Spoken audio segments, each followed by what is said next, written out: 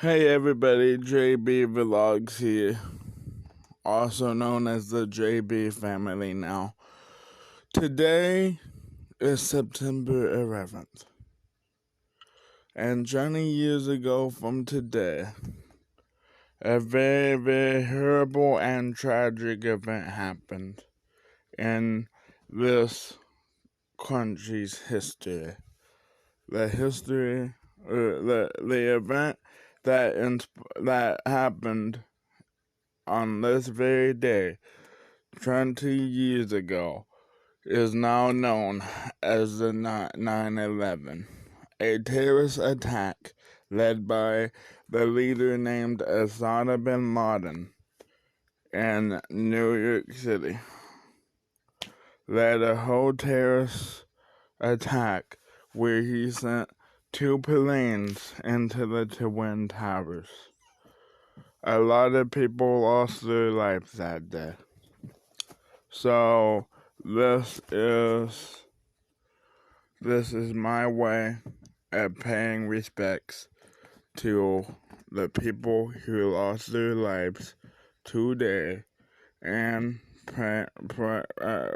this is my way of paying respects to the people who died in the 9/11 terrorist attack.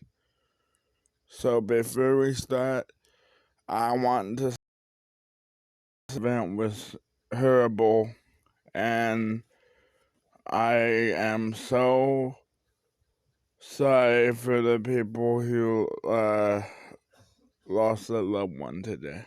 But this is my way of lost a loved one 20 years ago today.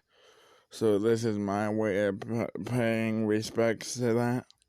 So I'll let CNN 10 tell you the whole story. This just in, you are looking at obviously a very disturbing live shot there. That is the World Trade Center, and we have unconfirmed reports this morning that a plane has crashed into one of the towers. Another one just hit the building. Wow. There are no words.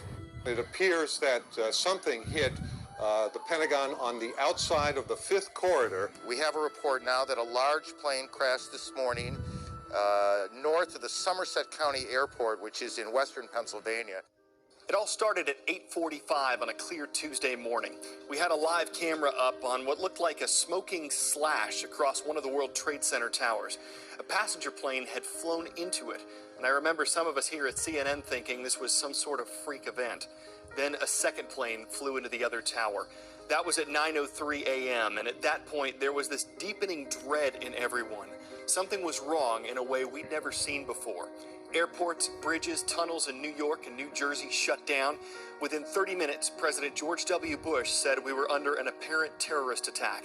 And minutes after that, every airport in the country was closed. That had never happened before. It wasn't over, though.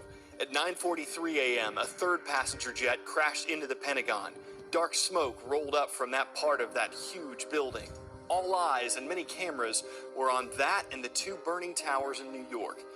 Speaking of that, I know someone, I will not give away names, but I know someone whose grandson was working at the Pentagon at the very moment that plane crashed into the Pentagon.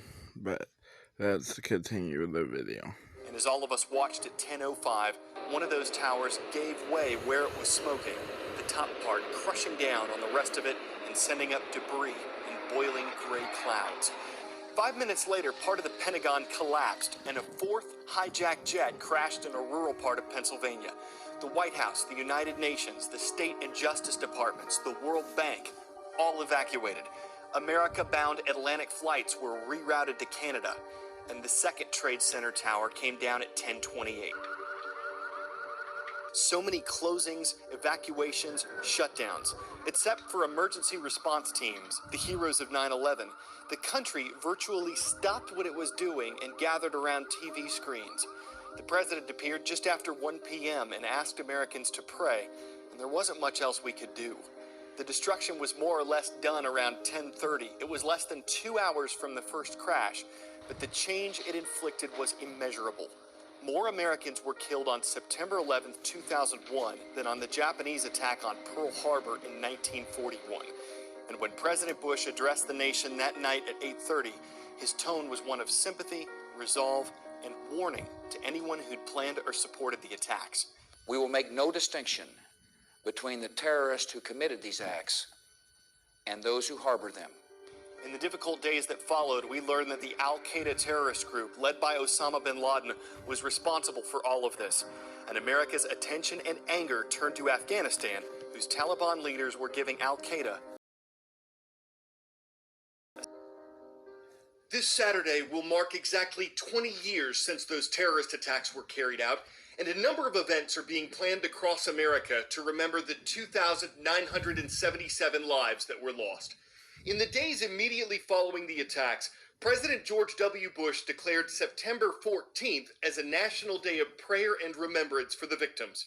And after that, the U.S. government established the Patriot Day holiday. In a sign of unity seen during that time, no members of Congress voted against that bill.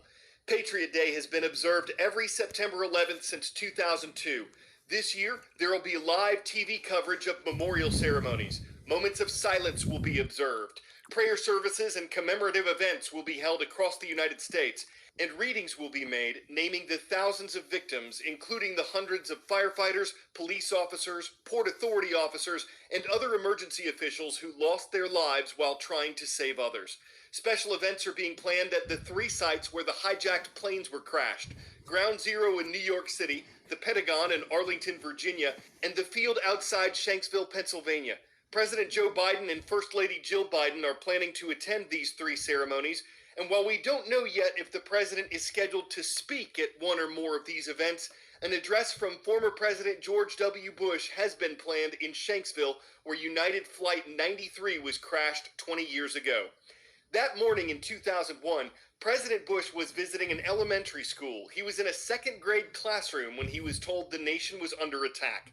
Almost 2 decades later, CNN's Victor Blackwell visited that school in Sarasota, Florida, and he spoke to the teacher and some of the students who were with the president on that historic and horrific day. Here are their memories. What do you do in that moment? I cry, I pray, and I ask why. Why and how?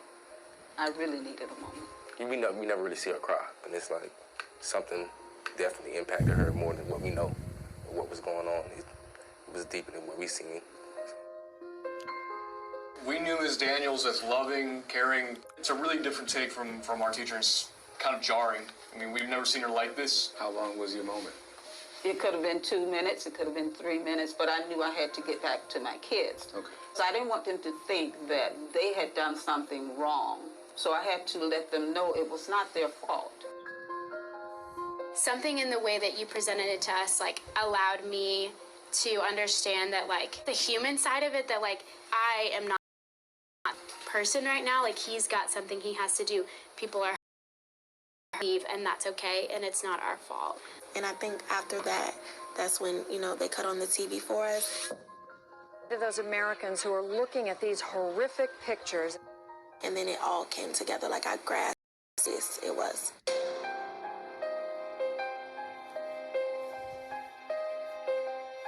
I think myself and maybe other students thought it was like a movie or something. It didn't look real. The TV was here? You took them to a different room? The monitor that President Bush had was in his office next door. Their memory of it might fluctuate a little. After I came out of the room, I told them what happened.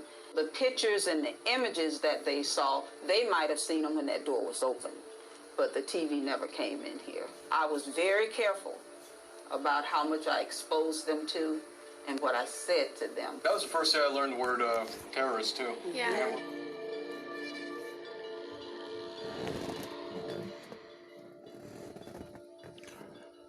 Yeah, this is the story that so few people have heard, in part because they've never all been together to tell. Sorry, I was just getting in a better sitting position. this story. Those are the students, well, they're 27 years old now, and their teacher, Mrs. Daniels, who were with President Bush on that morning at Emmett E. Booker in Sarasota. Now, the president was coming. It started as a day that was one to celebrate. The president was coming to congratulate them for improving their reading scores. They were waiting for someone. They had never seen a president in person, obviously. One little girl put her hand over her heart that Chantal, she thought about him much like the flag and pledging allegiance. Another boy talked about he expected a king to walk in. But when he walked in, they say that President Bush was warm. They read a book, The Pet Goat, that they all remember the title of. And then Andy Card walked in and whispered 11 words into the president's ear. A second plane has hit the second tower. America is under attack. And Mrs. Daniels says the president left her, that he was sitting there, but he was somewhere else. And then he came back and then got up and walked away. And she had to decide in that moment what to tell. Okay, so I didn't want to pause it there, but I had to. But we're back. Let's finish this video. Her babies, as she called them, about that moment. She wanted to make sure that they knew it was not their fault. 20 years later, they have the context of time to understand their place in this historic day. They don't really like to talk about it often because they know that so many other people lost something that day. They don't want the notoriety, but they know that they have to be part of the history of that day to share that perspective. And a powerful perspective it is. This will conclude our special coverage of the September 11th, 2001 terrorist attacks. Thank you for watching. And if there's a tribute or memorial like this taking place in your community in commemoration of September 11th, it is a sight to see. I'm Carl Azus for CNN. So, 20 years ago today, America was attacked by Osama bin Laden and his terrorist group. And that day is called September 11th.